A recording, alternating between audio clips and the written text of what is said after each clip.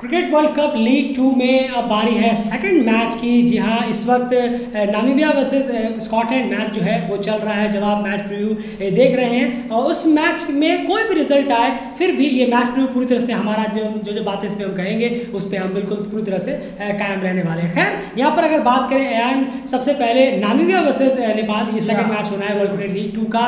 ये बहुत इंपॉर्टेंट ये मैच हो जाता है दोनों ही टीमों के लिहाज से, क्योंकि दोनों ही टीमें इस वक्त स्ट्रगल कर रही हैं अपने आप को टॉप 5 में इस्टेब्लिश करने को लेकर। क्या रिजल्ट निकल कर आएगा वो तो जरूर पता चलेगा, और दोनों टीमों की क्या कमजोरी है जिन पे अगर पकड़ बनाई जा सके तो आसानी से दूसरी टीम को जीत मिल सकती है। नेपाल नामीबिया की क्या कमजोरी पकड़े और नामीबिया नेपाल की क्या कमजोरी पकड़े, इस पर बात जरूर आगे करेंगे। बहुत सारी चीजें आपको इस वीडियो में पता चलेंगी। आप ये मैचेस कहाँ देख सकते हैं, एवरेज स्कोर, टॉस प्रेडिक्शन से लेकर प्लेइंग 11 से लेकर की प्लेयर्स क्या क्या किन किन के बीच में एक स्ट्रॉन्ग बैटल देखने को मिलेगा। शुरुआत सबसे पहले करते हैं दोनों टीमों की प्रोबेबल 11 से। पहले नेपाल की प्रोबेबल बिल्कुल, और नेपाल की बात करें तो नेपाल की जो प्रोबेबल 11 है, जी हाँ, हमारी तरफ से वो यही नज़र आ रही है, जो हमें उम्मीद भी है कि मैच पे उतरेगी। वो कुशल भुर्तेल, आसिफ शेख की ओपनिंग जोड़ी है। उसके बाद देव खनल, रोहित पुड़ैल, आपके दीपेंद्र सिंह एरी, आरिफ शेख, आदिल आलम, और फिर उसके बाद सोमपाल कामी, करण केसी, संदीप एंड लास्ट किशोर महातो। बिल्कुल, तो यहाँ पर हम तीसरे स्पेशलिस्ट पेसर के साथ जरूर जाना चाहेंगे जो हमने यूएसए में भी कहा था, और उसी पे अब भी यहाँ पे भी कायम है कि आप इस प्लेइंग 11 के साथ अगर जाएं, और उम्मीद है कि शायद इसी यही प्लेइंग 11 टीम खिलाए। बाकी देखना होगा कैप्टन की ओर से। उसकी तरफ अगर दूसरा बात करें नामीबिया की प्लेइंग 11, आपको क्या लग रहा है, क्या खेल सकती है? बिल्कुल, देखिए, नामीबिया की बात करें तो ज़्यादा उम्मीद नहीं है चेंज करने की।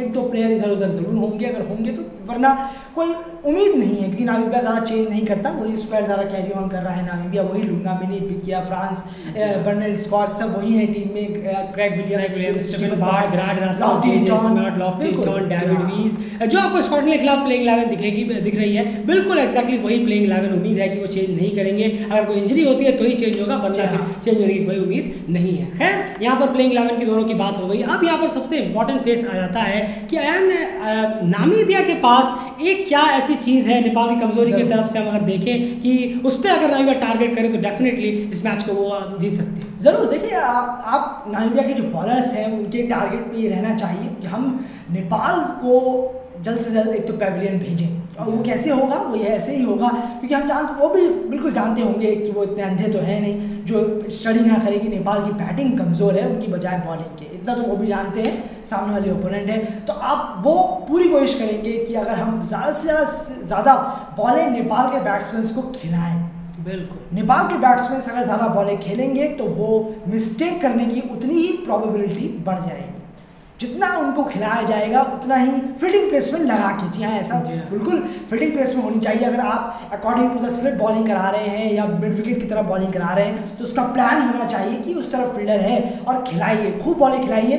15-20 बॉल 25 बॉलों बाद वो विकेट देना उनका शुरू हो जाएगा। ये नामीबिया के पर्सपेक्टिव से कह रहा हूँ मैं स्ट्रिक्टली, कि नामीबिया क्या प्लान बना के अगर उतरे तो बेहतर होगा कि बॉलें खिलाए पर अकॉर्डिंग टू फील्ड, ना कि कैसे भी बॉलिंग खिलाए तो विकेट मिल जाएगा, ऐसा भी नहीं है। फील्डिंग लगा के उनको बॉलिंग दे तो वो ज़रूर उसमें फंसते हुए नजर आए। बिल्कुल, तो कहीं ना कहीं सीधे फॉर्मूला है कि आप ज़्यादा से ज़्यादा बैट्समैन को बॉल खेलने पे मजबूर करें, उनको स्ट्रोक देने पे मजबूर करें, तो डेफिनेटली वो आपको एज भी देंगे और आपके आपने जो फील्डिंग लगा रखी होगी उसके हिसाब से वो अपना विकेट गंवाते हुए नजर आएंगे। इस चीज़ में आपको नामीबिया को जो है वो कमजोरी पकड़नी होगी नेपाल की। वही दूसरी तरफ नेपाल की अगर मैं बात करूँ तो एक चीज़ आपको बताना चाहूँगा, नामीबिया ने जितने भी मैचेस अब तक जीते हैं, यहाँ पर 6-7 मैचेस जो उन्होंने जीते हैं उसमें से 5 से 6 मैचों में आपको 4 ही प्लेयर ने मेजॉरिटी ऑफ रन्स करके दिए हैं उनकी टीम के, और उन्हीं 4 के इर्द गिर्द ये पूरी की पूरी टीम बैटिंग में घूम रही है। मैं बैटिंग की बात कर रहा हूँ, लॉफ्टी टॉन, ग्राड रास्मस, जे स्मिथ और डेविड वीज। आप जाकर देखिए जितने भी मैचेस नामीबिया ने अभी तक जीते हैं इस वर्ल्ड कप लीग 2 में, इसमें इन चारों में से 3 का ऑलमोस्ट हर मैच में योगदान रहता है। चाहे वो 3 कोई भी हो सकते हैं, कभी लॉफ्टी टॉन ग्राड रास्मस जे स्मिथ होते हैं, कभी जे स्मिथ डेविड वीज ग्राड रास्मस होते हैं, ऐसे करके इन्हीं चारों के इर्द गिर्द घूमता है। उनका स्ट्राइक रेट भी बहुत बेहतरीन मेंटेन रखते हैं ये अपनी इनिंग में। तो नेपाल को यहाँ पर क्लियरली टारगेट करना होगा इन्हीं 4 प्लेयर्स को। और सबसे इंपॉर्टेंट बात होगी कि ये सक्सेसफुल इसी वजह से होती है क्योंकि इनका स्ट्राइक रेट बहुत शानदार होता है, रन के डॉट परसेंटेज बहुत कम है, रन रेट बहुत शानदार रहता है। तो यहाँ पर नेपाल के बैट्समैन को और फील्डर्स को, कप्तान को या मेक श्योर करना होगा कि हम इन 4 बैट्समैन को बहुत ही रेस्ट्रिक्ट करके रखें, इनको आसानी से सिंगल्स ना दें, इनको आसानी से रन्स ना दें। अगर आपने इस चीज़ पर अंकुश लगाया तो डेफिनेटली वो खराब शॉट के लिए जाएंगे अपने स्ट्राइक, क्योंकि ये स्ट्राइकर अच्छे स्ट्राइकर से खेलने वाले प्लेयर है। अगर इनका स्ट्राइक रेट डाउन होगा तो वो उन्हें पसंद नहीं आएगा। वो नेचुरल होता है बॉडी में एक प्लेयर में, तो वो स्ट्राइक रेट बढ़ाने के लिए कुछ ऐसे शॉट्स खेलेंगे जो उन्होंने प्लान नहीं किए हैं, जो उन्होंने प्री प्लान नहीं है, तब आपको वहां पर विकेट मिलते हुए नजर आएंगे। और यकीन मानिए बिल्कुल, और अगर उनके लिए इजी हो गया है ये, आप कहें गैराल्ड रासमस, जेजे स्मिथ, डेविड विजा के लिए अगर ये इजी हो गई चीज़ें तो वो रिस्क नहीं लेंगे, क्योंकि उन्हें मालूम है कि हर चौथे या 5वीं बॉल में हम आराम से बाउंड्रीज निकाल लेंगे। पर सिंगल नहीं आए, सिंगल ही नहीं आ रहे, रन नहीं आ रहे, तो वो ऑब्वियसली आपने जैसा कहा कि वो शॉट लेंगे जो उनके प्लान में होगा ही नहीं, तब आउट होने के चांसेस बहुत ज़्यादा बढ़ जाए। बिल्कुल, तो ये प्लान बहुत इंपॉर्टेंट होगा और इसमें सबसे बड़ा रोल जो है वो होना है कैप्टन का। ये कैप्टन को देखना होगा कि जैसे ही लॉफ्टी जॉन, गिरार्ड, जेजे स्मिथ और डेविड वीस की जो ये चौकड़ी है, आप जिसे कह लें, ये जब भी मैदान में है तो हमें किसी भी हाल में इन्हें आसानी से सिंगल्स नहीं देने हैं। जैसे 30 यार्ड में हम देखते हैं खूब ढेरों सिंगल्स उठाती है नेपाल की टीम। अगर वो आप करने वाले हैं तो यकीन मानिए ये चारों चढ़ के बैठेंगे मैच के ऊपर। ये एक प्लान है जो आप नामिबिया की कमजोरी पे अटैक कर सकते हैं, क्योंकि यही 4 प्लेयर की पूरी बैटिंग घूमती हुई नजर आती है। नेपाल के पास ये एडवांटेज होगा। यहाँ पर देखना होगा कप्तान किस तरह से कप्तानी करते हुए नजर आते हैं। अब यहाँ पर की प्लेयर्स की बात करते हैं यान, 4 नेपाल से, 4 नामिबिया से। बिल्कुल, देखिए नेपाल की बात करें तो यहाँ पर ऑब्वियसली आसिफ शेख जरूर होंगे, बहुत अच्छी बैटिंग कर रहे हैं। वो उम्मीद है एक स्टार्ट दें टीम को, पहले 10-12 ओवर निकलवाएं कैसे भी करके, ताकि आने वाले बैट्समैन के लिए थोड़ा इजी हो। वहीं पर देव खनल के ऊपर बहुत जिम्मेदारी है। जी हाँ, बहुत सारा जिम्मेदारी है। जिस तरीके से उन्होंने अपना एक परफॉर्म दिखाया है, एक कामनेस दिखाई है अभी थोड़ी इनिंगों में, उनसे उम्मीद बढ़ गई है कि हाँ ये लड़के जो हैं ये परफॉर्म कर सकते हैं। फैंस को भी काफ़ी उम्मीद होगी। वहीं पर आपके आरिफ शेख, जी हाँ, उनसे तो नीचे आकर बहुत उम्मीद रहती है। हर बार वो ही कोशिश कर रहे हैं पिछली सीरीज़ में कि हम रन बनाएं, रन्स करें, थोड़ा टीम को रन दे, और नीचे आकर वो औरों के साथ मिलकर अगर खेलने की कोशिश करें इस बार, तो ये ज़रूर हो कि अपना विकेट वो ज़्यादा से ज़्यादा बचाने का कोशिश करें, क्योंकि नीचे विकेट बचते हैं नहीं, सब 10-15-20 रन के अंदर ढेर हो जाते हैं। तो कोशिश करें आरिफ कि थोड़ा अपने लिए खेले नीचे आके, तभी टीम का कुछ फ़ायदा हो सकता है। वहीं पर करण केसी ऑब्वियसली बहुत ज़्यादा एक जो अभी सबसे ज़्यादा विकेट लेके आए हैं, तो वैसा ही परफॉर्मेंस, और वो भी क्यों ना हो, अगर नहीं होगा तो बहुत ज़्यादा सेटिस्फैक्शन नहीं होगा टीम को। क्यों? क्योंकि ये पिचेस और ये जो वहाँ का माहौल है ये पेसर्स के लिए काफ़ी सूटेबल है बजाय स्पिनर्स। बिल्कुल, कोई दौराय नहीं है। और ऐसा नहीं है कि बाकी प्लेयर्स की उम्मीद नहीं है, टीम में है तो सारे प्लेयर से परफॉर्मेंस उम्मीद है, 11-11। लेकिन सबसे इंपॉर्टेंट बात है, आप जरा देखिए ये 4 प्लेयर क्यों पिक किए हमने। शुरू के 10-12 ओवर जो है वो पर कंडीशन जो है वो पेसर्स के लिए ज़बरदस्त होने वाले हैं। तो वहाँ पर अगर आसिफ और कुशल जो है अपना विकेट आसानी से गवा देते हैं, आसिफ की मैं स्पेशली बात करूँगा, तो डेफिनेटली बहुत दिक्कत हो जाएगी बाकी के प्लेयर्स के लिए।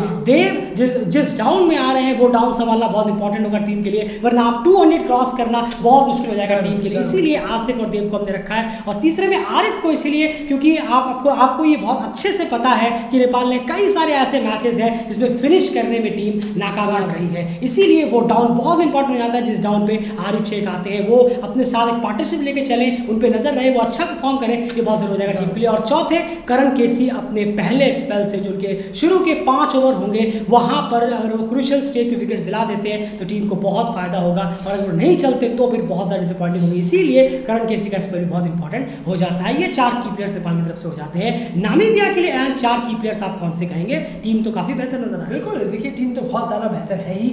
उनके पास 5-6 प्लेयर ऐसे हैं प्रोमिनेंट जो परफॉर्मेंस करने में अब दमखम रखते हैं, पर फिर भी 4 अगर चूज़ करने हो तो गैराल्ड रासमस हैं, आपके जेजे स्मिथ वहाँ पर है, फ्राइलिंग आपके वहाँ मौजूद हैं, और साथ ही साथ ट्रम्पलमैन की बात करें तो वो भी वहाँ पर है, और डेविड विजा तो खैर अलग ही है वो लेकिन 4 मैंने कहा जैसा 5-6 उनके पास ऐसे प्राइम प्लेयर है। डेविड विज, लॉफ्टी जॉन, जी हाँ ज़रूर। और तो इसलिए यहाँ पर ये 4 नाम है, गैराल्ड रासमस, जेजे स्मिथ, फ्राइलिंग और ट्रम्पलमैन। बिल्कुल, फ्राइलिंग और ट्रम्पलमैन का होने का एक सबसे बड़ी खास वजह वो भी है यार जो आप बता रहे थे कि लेफ्ट आर्मर्स हैं, और जब ये अंदर लेकर आएंगे बॉल तो बहुत ज़्यादा दिक्कत पैदा करेंगे, और इसीलिए ये की प्लेयर्स में भी आएंगे इस मैच। नहीं देखिए, ये थोड़ा सा अगर वो करा पाए उस तरीके की बॉलिंग, उस तरह की जिस तरीके की हमने या आप सबने देखी है बड़े बड़े बॉलर्स की, जो कि आप टेस्ट टीमों में हैं, फुल मेंबर्स की मैं बात कर रहा हूँ, उनमें जो लेफ्ट आर्मर है 2-3, उनकी तरह अगर यहाँ पर 50-60% बॉल यहाँ नजर आई फ्राइलिंग और जे स्मिथ और ट्रम्पलमैन की तरफ से, तो फिर यहाँ पर बहुत दिक्कत होने वाली है स्कॉटलैंड के बैट्समैन को भी और नेपाल के बैट्समैन को भी। क्यों? क्योंकि जज कर पाना मुश्किल होता है लेफ्ट आर्मर के लिए कि भाई बॉल अंदर निकलेगी या पड़कर बाहर निकलेगी। जो जज कर पाए वो बहुत बड़ी इनिंग खेलेंगे, नहीं कर पाएंगे वो एज देके चले। बिल्कुल, इसीलिए की प्लेयर्स में शामिल है। इतना आसान नहीं होगा नेपाल के बैट्समैन के लिए लेफ्ट आर्म पेसर्स को खेलना नामीबिया के लिए। ये 4 प्लेयर्स वहाँ पर की प्लेयर्स में आ जाते हैं। लाइव की बात करें तो आप ICC.tv और फैन कोड यहाँ पर ये मैचेस लाइव देख सकते हैं। टॉस जीतकर एंड क्या करना बेहतर रहेगा। कल के वेदर का मैं आपको बता दूं, रेन के चांसेस बिल्कुल भी नहीं है, सनी है और पार्टली क्लाउड है।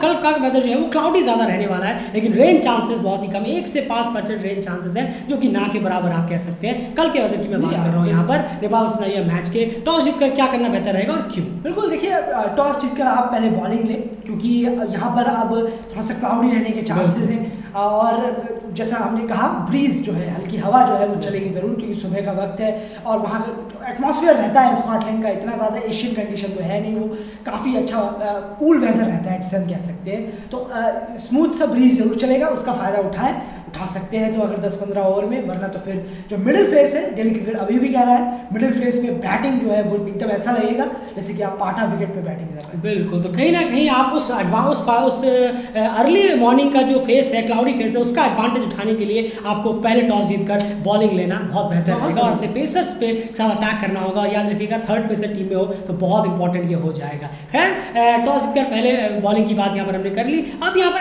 एवरेज स्कोर की बात क्या करें। अगर टीम पहले बैटिंग कर रही है तो वो क्या एवरेज स्कोर कम से कम सेट करे अपने टीम के लिए। मैं यहाँ पर दोनों की बात कर रहा हूँ, नेपाल और नामीबिया की बैटिंग को देखते हुए। बिल्कुल, देखिए ये एक्चुअली में क्या है कि हमें ये भी देखना होगा कि जब विकेट गिरेंगे, क्योंकि दोनों टीमों की जो है वो बैटिंग आप थोड़ी कह सकते हैं कि स्ट्रगलिंग कर रही है कहीं ना कहीं, दोनों टीमों की बात करें तो यहाँ पर स्कोर इतना ज़्यादा आपको देखने को नहीं मिलेगा। अगर अर्ली स्ट्राइक मिल जाते हैं, 2 विकेट 3 विकेट 10 ओवर के अंदर गिर गए, तो फिर आप इतना बड़ा स्कोर देखेंगे नहीं, 220, 225 या 230 के आसपास ही देखेंगे, क्योंकि दोनों टीमों की ही बैटिंग एकदम से एवरेज में आ जाएगी, जैसे ही अगर हमने 10-15 ओवर के अंदर 2-3 विकेट खोते हुए देख लिए। बिल्कुल, तो बहुत इंपॉर्टेंट हो जाता है। तो कहीं ना कहीं 220, 240 के आसपास एवरेज स्कोर अगर पहले बैटिंग करने वाली टीम लगा देती है कहीं ना कहीं बोर्ड पे, तो एक बहुत ही जबरदस्त मैच आपको देखने को मिलेगा। इतना आसान सेकंड बैटिंग करने वाली टीम के लिए भी नहीं होगा। ये खास करके हम इन्हीं 2 ओपोनेंट के बीच की बात करें, क्योंकि यहाँ मैच इन दोनों के मैच यहाँ स्कॉटलैंड होती तो फिर हम बात कुछ और तरीके से करते, उनकी बैटिंग की फिर बात कुछ अलग तरीके की होती। खैर ये सारी चीजें यहाँ पर थी। कोई और चीज है जो आप इस मैच में ऐड करना चाहेंगे इस मैच से? जरूर, देखिए लेग स्पिनर के बारे में जरूर कहूँगा। संदीप है वहाँ पर और बर्नर स्कॉट भी वहाँ पर मौजूद हैं, तो थोड़ा सा देखने की ज़रूरत है कि आखिर ये लोग कैसे अपने आप को वहाँ पर उस पिच के हिसाब से डालते हैं। लेग ब्रेक की बजाय गुगली का इस्तेमाल ज़्यादा करें तो बेहतर होगा। बैट्समैन पढ़ नहीं पाएंगे तो आपको विकेट मिलने के चांसेस थोड़े ज़्यादा हो जाएंगे। बिल्कुल, तो ये बहुत इंपॉर्टेंट फैक्टर है जो आप ध्यान में रखना होगा स्पिनर्स को खास करके, और संदीप और बर्नर स्कॉट की यहाँ पर हम बात कर रहे हैं। विंड प्रेडिक्टर एंड यहाँ पर क्या कहता है, क्या लगता है आपको विंड प्रेडिक्टर में किसका पल रहा आपको यहाँ पर एज जाता हुआ नजर आ रहा है? बिल्कुल, देखिए ये बहुत ज़्यादा टफ है कहीं ना कहीं, पर लगता है ऐसा है। ऐसा देखूं तो 55-45 नज़र आता है। 55 नामीबिया, 45 नेपाल, क्योंकि लेफ्ट आर्मर का जो एक एज है, प्रोमिनेंट एज बहुत ज़्यादा वो उनके पास है, जो कि नेपाल के पास नहीं। बिल्कुल, तो ये लेफ्ट आर्मर का जो खेल है वही वहाँ पर समझने में थोड़ी सी दिक्कत होगी। यही देखना होगा कि उनको किस तरह से टैकल करते हैं, इसीलिए एज यहाँ पर। बिल्कुल जी हाँ, इसको अगर फेल कर दिया तो फिर मामला बहुत अच्छा 55 नेपाल हो जाएगा। बिल्कुल सही, बिल्कुल सही हो जाएगा। जाहिर सी बात है, सिर्फ लेफ्ट आर्म पेसर्स की वजह से ही यहाँ पर कहीं ना कहीं 5% जो एज है वो नामीबिया को जाता है। अगर उनके ओवर्स को पार पा लिया तो डेफिनेटली आप 55 नेपाल और 45 नामीबिया को यहाँ पर पाते हुए देखेंगे। फिलहाल इस वीडियो में इतना ही। क्रिकेट चैनल के साथ बने रहिए। मैच प्रीव्यू इसको ज़्यादा से ज़्यादा शेयर करता है, सुन सके। पसंद आए तो वीडियो को लाइक करिए। एनालिसिस लेकर आपके सामने जरूर हाजिर होंगे और अभी फिलहाल जाकर आप लोग उठाइए नामीबिया वर्सेस स्कॉटलैंड।